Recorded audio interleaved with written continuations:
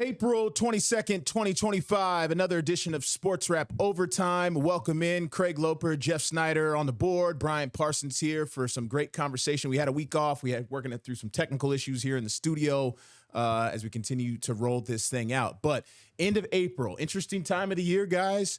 NFL draft coming up. NBA playoffs are happening. The spring games here in the 757 just happened. So we're going to get into a little bit of all this, and we're going to start with the Norfolk State spring game that happened at Dick Price Stadium over the weekend.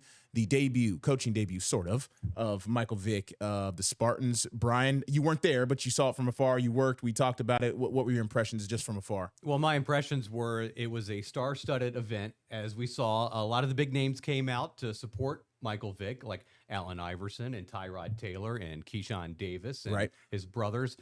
There's just an air of excitement going on with the Norfolk State football program right now. That's on a national level. It's pretty crazy. Yeah. But I also want to get to the point where maybe being starstruck over this head coach, Michael Vick, when are we going to evolve and talk more about, hey, look, there is a football team that he's got to coach, and the players are the stars, really. And I think are the guys that we're going to be focusing on. So I think the spring game, of course, the pomp and the circumstance of the event, but at a certain point, we're going to have to flip the page, and it's going to be about the team. I think that's Jeff. I think that's going to happen after the first game. Like, once the first game's out of the way, everyone, I think, goes to the football side of it. Well, I hate to make the comparison to Coach Prime, but that's how it was with him, too. Remember, the first game that he had was against TCU, who was in the national championship. The previous year. The previous year. And they won. And they won. So Michael Vick's going to have to come out swinging here and win this first game. Yeah. But, this is why we have the spring games to prepare for this kind of thing. It's not quite the TCU. It's they're opening up at home against Towson. Not quite the same as going to Fort Worth. Nope, but I do believe there will be 30,000 people in the stands on that Thursday night at Dick Price Stadium. They are going to sell that game out. Yeah. No, I had a guy come up to me at the gym over the weekend, or just yesterday, actually, and he goes, man, how about Vic? What do you think? Everyone's, when I go to places and people recognize me for whatever reason, the question I'm getting a lot is about Michael Vick. It looks like, judging, I know the spring game is tough to judge by, but it looks like he has a quarterback. Yeah. Izzy Carter, a transfer from South Florida, man. He was throwing dimes. Yeah, smaller in stature, but shifty in the pocket. Had a nice arm, probably one of the better arms that I've seen a Norfolk State quarterback have since his name's going to Juwan Carter was probably the best one they had in recent memory. Pootie Carter from Richmond. Pootie. Jeff, you want to throw up some B-roll? This is kind of what we're talking about. Izzy Carter here, as you see Mike Vick taking the field there, waving to the fans. Interesting note, we did find out what we kind of were sort of questioning, just to be honest, is that the charging people for the spring game. We had never really heard of charging people into the spring game, matter what level of football. No, I think Ohio State does that. Do they? I think so. And this was the year. And this year they didn't sell the place out like they usually do. I think this was like the first year. I've heard of people like bring some, for charity donations or something. Right. So a little different. But maybe it goes to the collective. Maybe. I don't know. I'm not sure exactly. But like Brian said, there's Allen Iverson getting the guys hyped. James Catato was there. You see DB3 in attendance. Aaron Broom back there. Former UVA star. So Tyrod looking dapper as he gets his NFL career keeps rolling.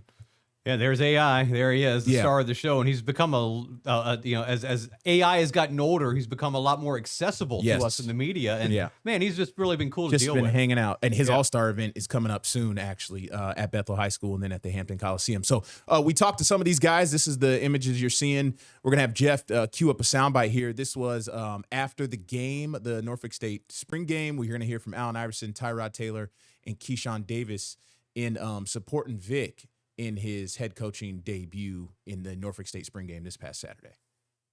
Beautiful feeling just to be out here and then see all the people out here just embracing Mike and what he's trying to do in Norfolk State. You know what I mean? Just, I'm here. Being able to have such a talented quarterback, a great leader, being the head of this team, the head of this program, is going to do benefits. So they're going to benefit, and it's going to do wonders for the program. Oh, shoot, the NSU, I've been showing love to NSU for some time now, you know what I'm saying? So just the whole NSU, Michael Vick always supported DB3, so we just decided to come out here and support them.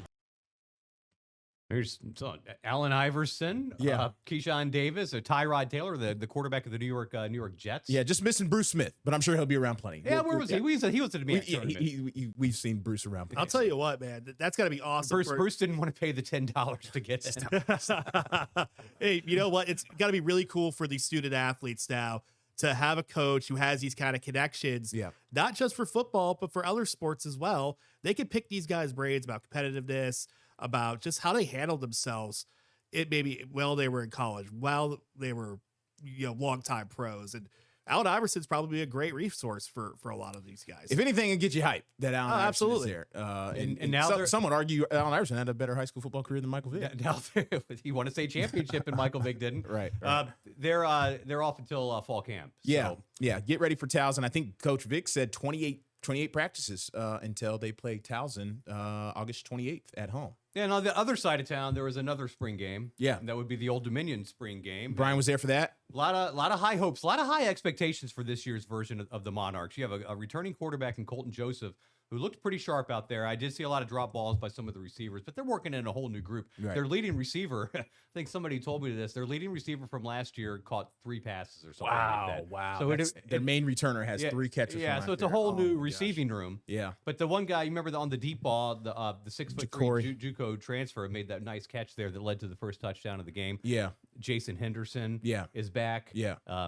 Defense has been solid the last He said few he years. wasn't 100%, which was interesting. He goes, I'm not quite 100%. He goes, but nobody is. You're only 100% on day one. There's going to be nicks and things like that. But, there it is. Beautiful day at SB Bauer that day. I bet you there's more people at the Norfolk State game though. Yeah, no doubt. That's Colton Joseph. ODU. Here's the deep ball. Yeah, ODU doesn't even really.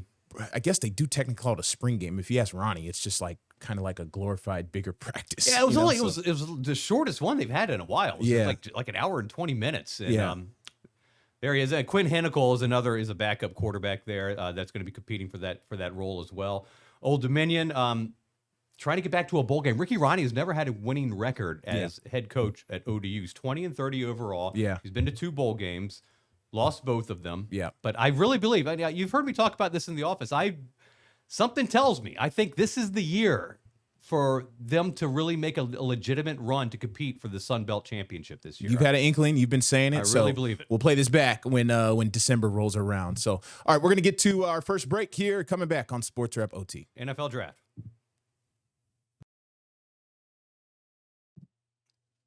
And we're back. Sportswrap Overtime, April 22nd, 2025. We just talked about the Norfolk State and Old Dominion spring games.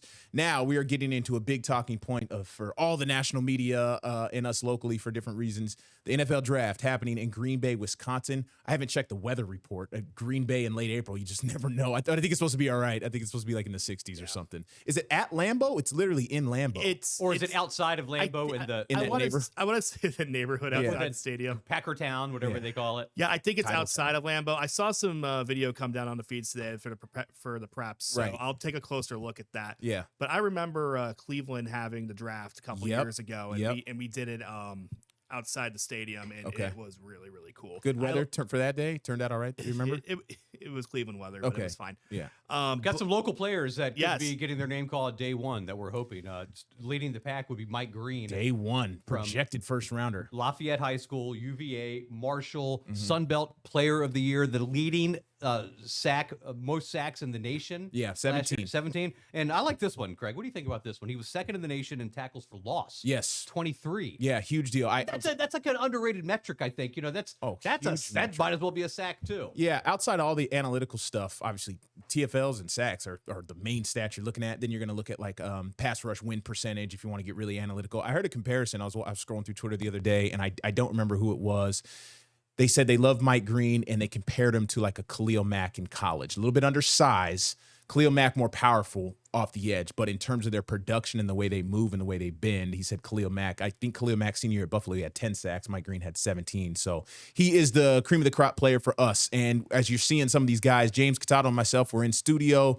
We did a 30-minute draft special that will be posted on the CTV or Wavy Plus app here tonight, later tonight, and you can watch it all day Wednesday leading up to the draft. So Mike Green, projected possibly a first-round pick, maybe a second round. I think he's going to get in the first round, man. Those pass rushers, that's a valuable position. There's 32 first-round picks. And the thing with this year's draft is, it's no knock on this year's class.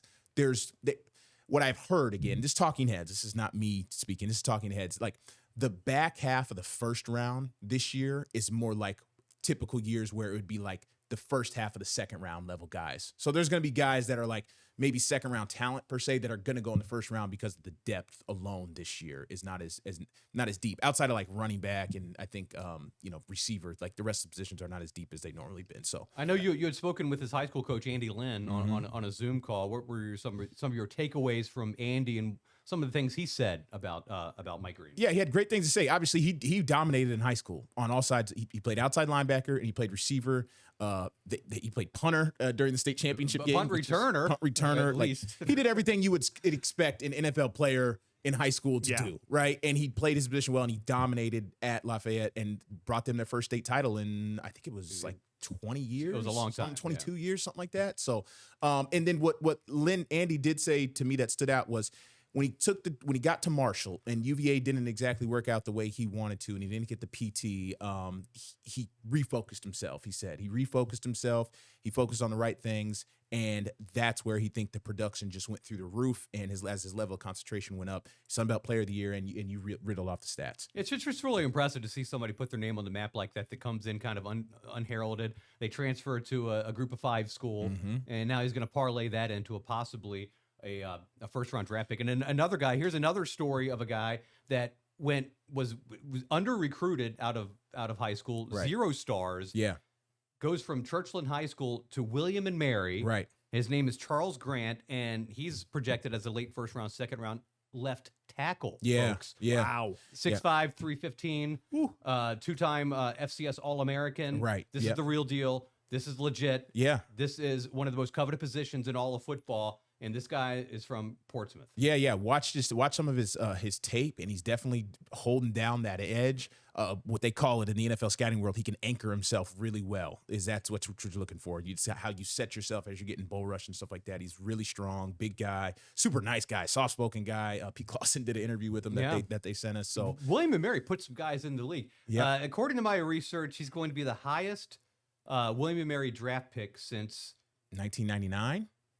No, we're not going to even go back that far. There was a fourth rounder. Oh, okay. In 2013, B.W. Webb was drafted in the 4th round by the Dallas Cowboys. He went to Warwick High School. There you go. And then went to William & Mary and had a nice career in the NFL. Colby Sorsdale went to the Lions, I think, in the 5th round a couple years ago. Yeah. So he's kind of a swing guard for them. But and then so Mike Green, you just said it. Charles Grant, also Lamarion James. Or the Ravens are pretty keen on Charles Grant. Okay, as part of the research. And next guy that we expect to be drafted, maybe Antoine Powell-Ryland. Antoine Powell-Ryland, thank you. From Virginia Tech. He started at Churchland High School and then went to Indian River. Did he start at Florida? Florida, yeah. 3 years, 2 years at Florida, 1 year at Tech. 2 years at Florida, 2 years at Tech. 16 sacks. Yeah, 3rd in the nation. And he was the Dudley Award winner for the best college football player out of Virginia. Yeah. Portsmouth, man. Yeah, this year we're going to have 2 Portsmouth guys. I think if we do the math right, Charles Grant and Antoine Powell-Ryland probably had to go to high school together. We probably crossed paths. No doubt. I mean, there was a couple of Powell-Ryland spent a senior year at Indian River. A couple of guys from Churchland that it was Arthur Moats was out of JMU, and he was drafted, and then you had Jamin Elliott who went to Churchland, and he had a cup of coffee in the NFL. But do you know who the OG Portsmouth NFL guy is? The OG, maybe the greatest of all time in Hampton Roads. I might be missing, or is it obvious? Is it as obvious as I think? Is it Roger Brown? Well, he's in the Pro Football Hall of Fame. This guy. I'm talking about Ace Parker. Oh. Wilson High School. Oh, okay. 3-time. We're going back. 5-sport star at Wilson. 5 sports. Played baseball, basketball, and football at Duke. Oh, my gosh. He was an All-American. He got drafted by the Brooklyn Dodgers of the NFL. He played. He was an all-pro NFL. He went to Major League Baseball as well. Played for the Philadelphia Athletics. Oh. His first hit in the major leagues as a pinch hitter, he hit a home run.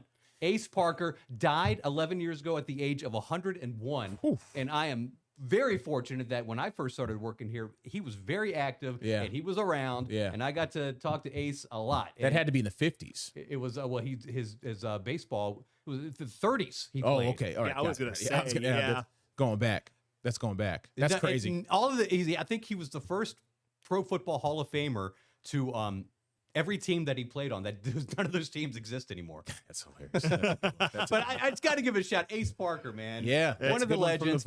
Dion before Dion, Bo before Bo. I mean, How unbelievable. Wild. Yeah, unbelievable. Hear some of those stories about those guys back there. They're just multi-sport athletes. He's also the head baseball coach at Duke for 13 years too. By the way, let's just throw that out. No there. specialist era there. Real quick, how do you think the Commanders do in this draft?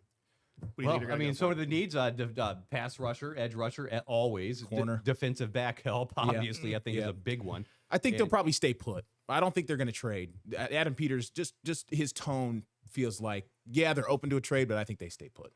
Oh, they don't have that many picks. Yeah. Too. So they did trade one away. One of they're missing for Laramie Tunzel. Missing a pick there. Yeah. All right. We're gonna come back, talk more NFL draft, also some TV streaming news. Yeah. There's still some other guys out there that may not get drafted. They may get drafted. Nothing some guaranteed. Fringe draft guys. We're We're gonna talk talking about more when we come back.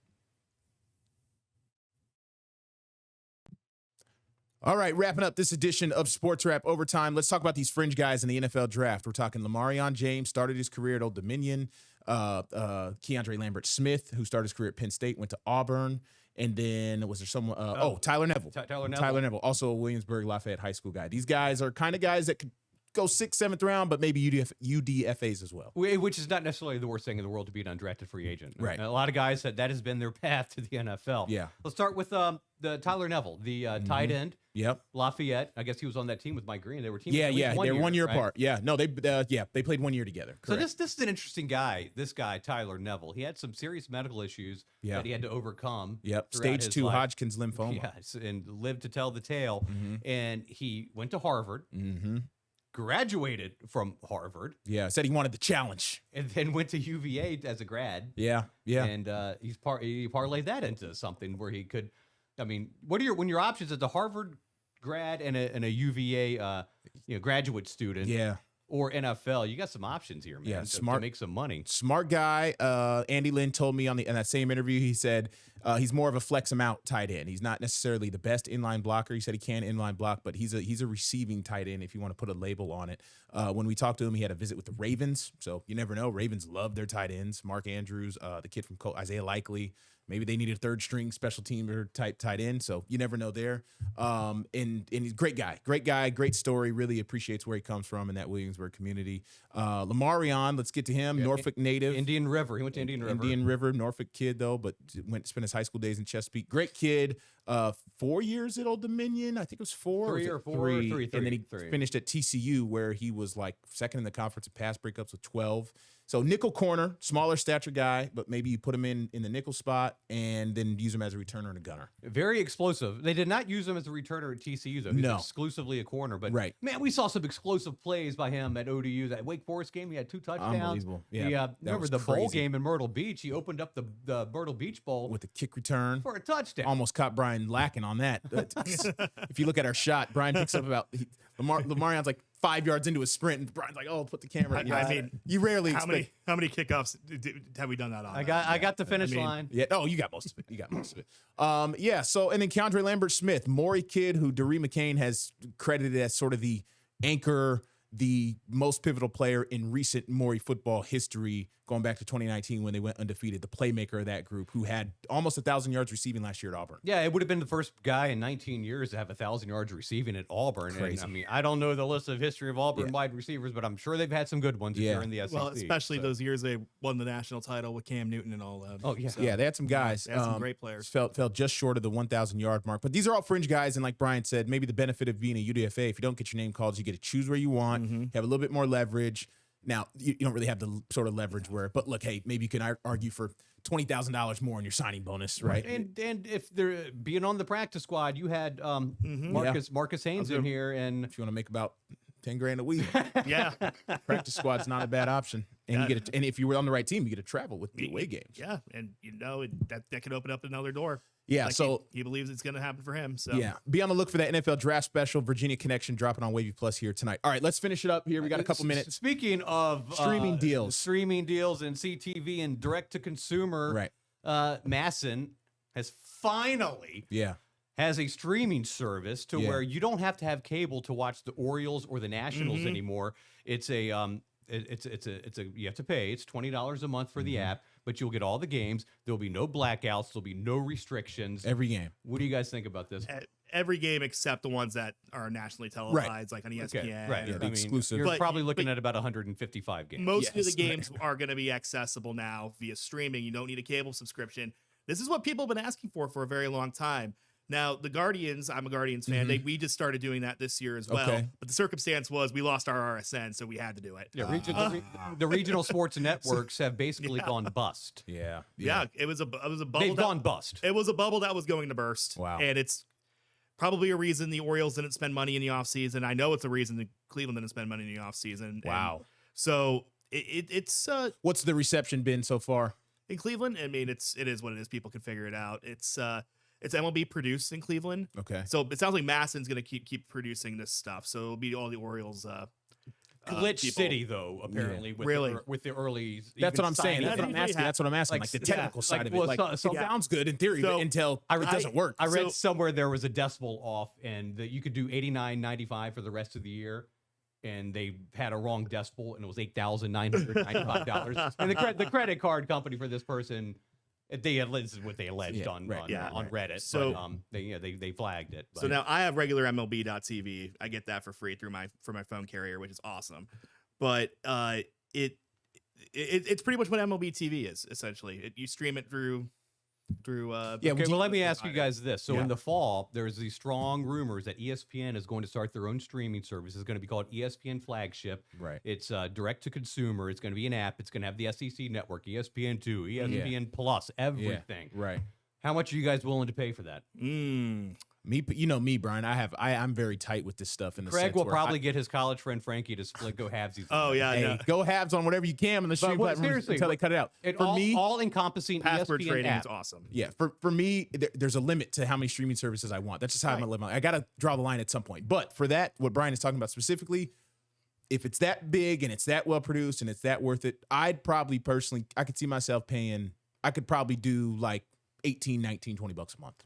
I think they're looking at 20 to 30 is Yeah. what they're exploring right now. Right. And if history's any indication, you would think they would start on the low end at 20, and then Man, by the time in 2 man. years it'll be up to 50. And I would but it's coming. I would hope they bundle it with the Disney Plus and the Hulu stuff. Make that. Oh, stuff if you're cheaper. getting that stuff too, then Yeah. yeah, 20 bucks for me easily. 20. If you get Disney Yeah. Plus, if you get everything, 25. I could do 25. Now, if it was just only the ESPN stuff, like I don't know. Eventually, I'm not getting. Our YouTube TV now is 85 a month, and I get a bunch of stuff. So where's the trade off? But yeah, if It's Disney coming. Plus, Hulu, It's all well, that- it's all that coming for stuff. the people that don't necessarily want that have cable, that are paying for all these other channels, Yeah. that just want ESPN, and Yeah. they don't want to pay the $3 a month for insert channel here, Right, Home right, and Garden right. TV or whatever it is. Yeah, and that's great for those people. Honestly, if you have the power, the world we're living in now, the power of choice is a big deal. People want to pick what they're watching. That's why the Wavy Plus CTV app is one of the best in the country because Exactly. it's free, It's folks.